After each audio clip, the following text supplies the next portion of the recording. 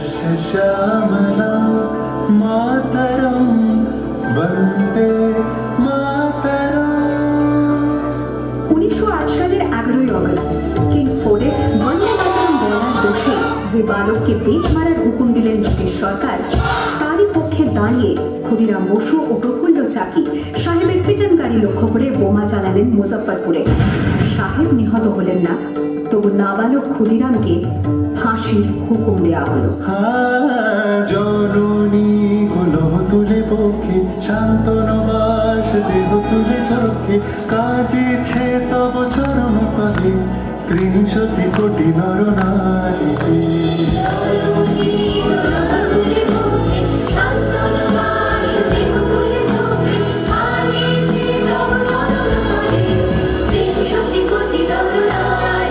যারা স্বর্গগত তারা এখনো জানে স্বর্গের যে প্রিয় জন্মভূমি এসো স্বদেশ প্রতের মহাদীক্ষালু সেই মৃত্যুঞ্জয়ের চরণ চুমি। যারা জীর্ণ জাতির বুকে জাগালো আশা মৌন মলিন মুখে জোগালো ভাষা আজি রক্ত কমলি গাথা আজি রক্ত কমলি গাথা মানল খালি বিজয় লক্ষ্মী দেবতাদেরই গলে মুক্তির মন্দির সোপানো তলে কত প্রাণ বলিদান লেখা আছে অশ্রু জলে লেখা আছে অশ্রু জলে।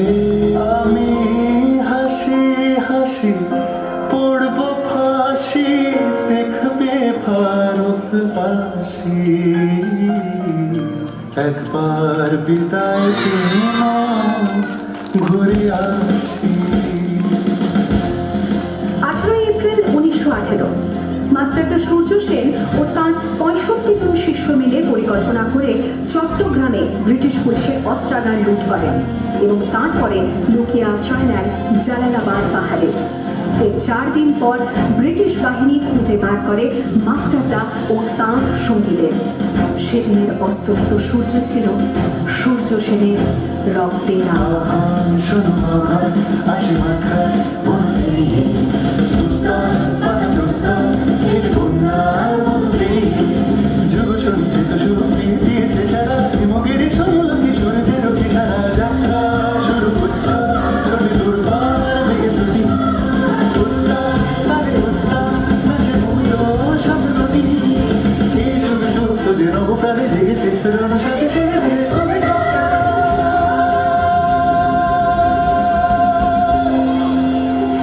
ডিসেম্বর 1930 বিনয় বসু, বাদল গুপ্ত, দীনেশ গুপ্ত সাহেবের পোশাকে ট্যাক্সি থেকে এসে নামলেন রাইটার্স বিল্ডিং এর সামনে। সোজা উঠে গেলেন দোতলায়। সামনেই সিমসনের ঘর। দ্বাররক্ষীকে ঠেলে ঢুকে গেলেন ভেতরে। বন্দুকের আওয়াজে গর্জে উঠল রাইটার্স। লুটিয়ে পড়লেন সিমসন। এরপর রাইটার্স বিল্ডিং এর অলিন্দ বারবার গর্জে উঠল বিপ্লবীদের গুলির শব্দে। তারপর টেগার সাহেব তার বাহিনী নিয়ে ঘিরে ফেললেন বিনয়, বাদল, দীনেশকে।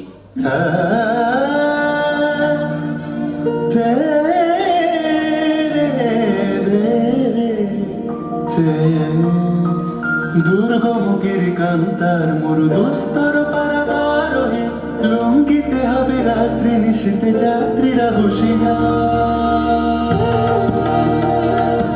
29 সেপ্টেম্বর 1942 তমলুকের মাটিতে কয়েক হাজার ভারতীয়কে নিয়ে যিনি পুলিশ স্টেশন ঘেরাও করার লক্ষ্যে হেঁটেছিলেন, সেই সত্তরোর্ধ্ব মাতঙ্গিনী হাজরা পুলিশের নির্মম পরিচালনা ও লাঠিচার্জ সত্ত্বেও তার হাতের পতাকাটি মাটিতে লুটোতে দেননি।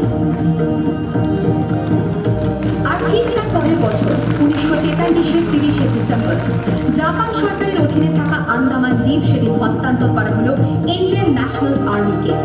পোর্ট ব্লেয়ারের মাঠে তিরঙ্গা পতাকা তুললেন সুভাষচন্দ্র। এটাই স্বাধীন ভারতের মাটিতে প্রথম তেরঙ্গা ঝান্ডা।